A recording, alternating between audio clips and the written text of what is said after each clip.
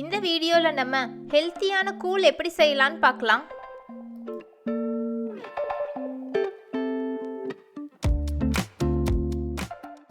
ரெண்டு கிளாஸ் அளவு பால் எடுத்துக்கோங்க. 2 ஸ்பூன் அளவு கரும்பு சர்க்கரை சேர்த்துக்கோங்க. 2 ஸ்பூன் அளவு ராகி மாவு சேர்த்துக்கோங்க. இந்த இன்கிரீடியன்ட்ஸ் எல்லாம் சேர்த்துட்டு நல்லா கலந்துக்கோங்க.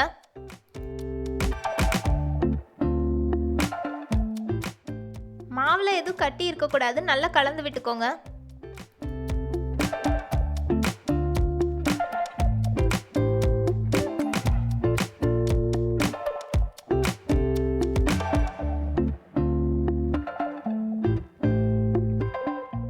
ஸ்டவ் ஆன் பண்ணி லோ ஃப்ளேமில் வச்சு கலந்து விட்டுட்டே இருங்க.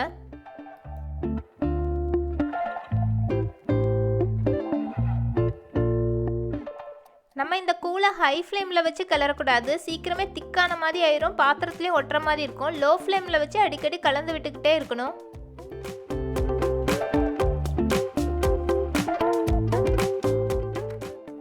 மினிட்ஸ் லோ ஃப்ளேமில் வச்சு கலந்துட்டே இருந்தால் போதும், நமக்கு கூழ் சூப்பராக ரெடி ஆயிரும்.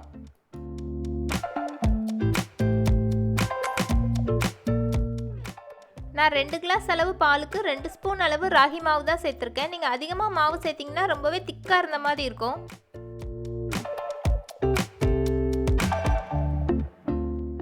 பால் பிடிக்காதவங்க இந்த கூழை தண்ணியில் கூட ட்ரை பண்ணி பாருங்கள், அதுவும் நல்லா தான் இருக்கும்.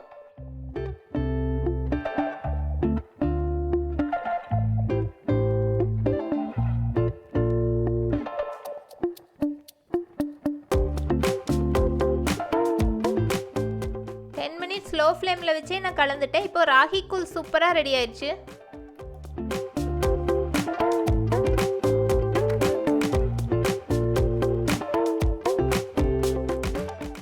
சுகர் சாப்பிடாதவங்க இந்த கூழ் செய்யும்போது சுகருக்கு பதிலாக உப்பு சேர்த்துக்கோங்க.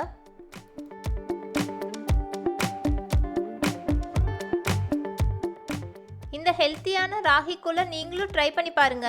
இந்த வீடியோ உங்களுக்கு பிடிச்சிருந்ததுன்னா லைக், ஷேர், சப்ஸ்கிரைப் பண்ணுங்க.